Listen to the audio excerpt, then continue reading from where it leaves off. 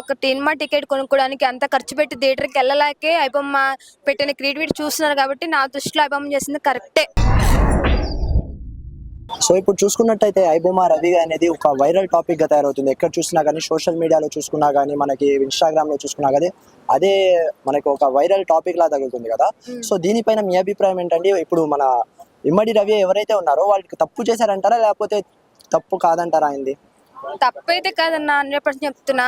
జనాలు ఎప్పుడైనా సరే ఒక సినిమా టికెట్ కొనుక్కోవడానికి అంత ఖర్చు పెట్టి థియేటర్కి వెళ్ళలేకే ఐబొమ్మ పెట్టిన క్రియేటివిటీ చూస్తున్నారు కాబట్టి నా దృష్టిలో ఐబొమ్మ చేసింది కరెక్టే అనిపిస్తుంది. కొంతమందికి సినిమా ఇండస్ట్రీ వాళ్ళకి అది రాంగ్ అనిపించినా సరే, ఇంతమంది పేద ప్రజలకే కానీ ఎనీథింగ్ వాళ్ళకి ఒక సినిమా టికెట్ కొనాలంటే 1000 రూపాయలు 1500 ఎవరు పోతారన్న థియేటర్కి? కుటుంబంలో ఏమైనా పేదలు ఉంటారు, కుటుంబం 4-5 ఉంటారు, కాలక్షేపానికి సినిమా చూడడానికి కూడా అవకాశం లేకుండా పోతుంది. అలాంటి తీసుకెళ్లి జైల్లో పెట్టేసి దానికి ఉరిశిక్ష చేయాలని చెప్పి చాలా మంది అనుకుంటున్నారు కదా. నా దృష్టిలో మాత్రం అది రాంగే. అంతే. సో అది రాంగ్ అంటున్నారు కదా. ఇప్పుడు మనకి సి కళ్యాణ్ గారు, మన producer, one of the producer C Kalyan garu ఏమన్నారంటే, ఇప్పుడు ఐబొమ్మ ఇమ్మడి రవి గారిని ఎన్కౌంటర్ చేసి చంపేయాలి అలాంటి దుర్మార్గులను ఒక స్టేట్మెంట్ అనేది వదిలారు. సో దానిపైన మీ అభిప్రాయం ఏంటండి? ఎన్కౌంటర్ చేసి అంత ఏమైనా దొంగతనం చేశాడా, ఏమైనా తప్పు పని చేశాడా అన్న మరీ చేస్తున్నారు. అట్లా అయితే ఏం కాదన్న. ఒక విషయం ఏంటంటే, జనాల సపోర్ట్ ఎనీ టైం ఆయనకే ఉంది. ఇప్పుడు ఎందుకంటే సినిమాలు అంత లక్ష పెట్టి తీస్తున్నారు. ఎవరు తీయమన్నారు? అంత ఘనంగా సినిమాలు మా సినిమా చూడండి అంటారు. ఏదైనా సినిమా కొత్త సినిమా ఫ్యాన్స్ ఇచ్చుకొని పోతారు.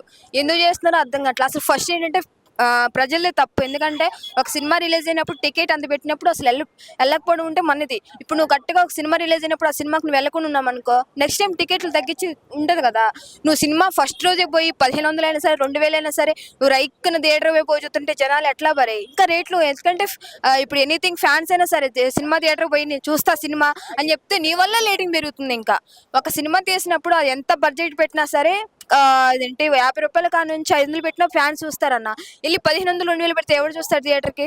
ఐబొమ్మ చేసిన కానీ కరెక్టే. ఆయన మాత్రం ఏ పెద్ద నిరాదీక్షలు కానీ ఏం చేసినా అంత అవసరం లేదు నాకు దృష్టిలో. సో మన చిరంజీవి గారు రీసెంట్ ఇంటర్వ్యూలో చెప్పింది ఏంటంటే, మన గేమ్ చేంజర్ మూవీ కానీ, తండేల్ మూవీ కానీ అనుకున్నంత బడ్జెట్ కలెక్షన్ రాకపోవడానికి కారణం ఈ పైరసీ. ఇమ్మడ ఏదైతే మన రవి ఉన్నారో, రవి గారి వాళ్ళే మనకి రాలేదు అని ఒక స్టేట్మెంట్ అనేది పాస్ చేశారు కదా. సో దీనిపైన మీ అభిప్రాయం ఏంటి అన్న? ఇప్పుడు చాలా పెద్ద పెద్ద సినిమాలు ఉన్నాయి. పుష్ప ఉంది, బాహుబలి, ఎన్ని కలెక్షన్లు బాగానే వచ్చాయి కన్నా. పెట్టకముందు కూడా థియేటర్లో అసలు మాక్సిమం పుష్ప అయితే 100 రోజులు ఆడింది సినిమా. ఎందుకు రావన్నా బడ్జెట్? నువ్వు సినిమా కరెక్ట్గా తీసి చేస్తే నువ్వు అంత బడ్జెట్ ఉండదు కదా. నువ్వు కరెక్ట్గా సినిమా ఉంటే 100-200 రోజులైనా ఆడుతుంది సినిమా. ఏదో తన మీద ఇట్లా దోసేసి నీ దగ్గర సత్తా టాలెంట్ ఉంటే నువ్వు రిపించుకొని సినిమా థియేటర్లో వేయాలి. అది ఏ సినిమా అయినా ఆడి ఉంటే, నువ్వు కరెక్ట్గా పాయింట్ ఆఫ్ చేసే సినిమా ఉంటే థియేటర్లో ఆడుతుంది, లేకపోతే ఆడదు. అదంతే. సో మన రాజమౌళి గారు చెప్పింది ఏంటంటే, మనకి ఇప్పుడు మాకైతే ఏం లాస్ లేదు, మేమైతే సేఫ్ సైడ్ లోనే ఉంటాం. మీ డేటాని లాగేసుకుంటున్నారు, ఏదైతే ఫ్రీగా రాదు మీ దగ్గర నుంచి లాక్కొని మీకే ఇస్తున్నారు, మీకు అర్థం కావట్లేదు, మీ కోట్లలో మీకు నష్టం వస్తుంది అన్నారు. సో నిజంగానే మనకు నష్టం వస్తుందా, లేకపోతే సినీ ఇండస్ట్రీ వాళ్ళకి నష్టం వస్తుందా? ఆ స్టేట్మెంట్ కరెక్టే అంటారా? సినిమా ఇండస్ట్రీ వాళ్ళకి నష్టం వచ్చిందా అంటే, ఫస్ట్ థింగ్ వాళ్ళు కరెక్ట్గా లేరన్నా. ఇప్పుడు ఒక డేటా బయటకు రిలీజ్ అవుతుందంటే అది సినిమా ఇండస్ట్రీ వాళ్ళ మధ్యలో ఎవరొకటి హెల్పింగ్ నేచర్ ఉండబట్టే కదా డేటా అనేది రిలీజ్ అవుతుంది. ఏదైనా సరే ఒక డేటా రిలీజ్ కావాలంటే మీరు కరెక్ట్గా ఉంటే ఐబొమ్మ క్యాట్లో న్యూస్ అందదు కదా. అది సినిమా ఎంత బడ్జెట్ తీసినా ఏం చేసినా సరే కరెక్ట్గా ఉంటే ఆ సినిమా 100 రోజులైనా ఆడుతుంది. అంతే. ఐబొమ్మ చేసిన కరెక్టే నా దృష్టిలో. సో లాస్ట్ మీరు ఇమ్మడి రవి గారికి ఎలా సపోర్ట్ చేస్తున్నారు?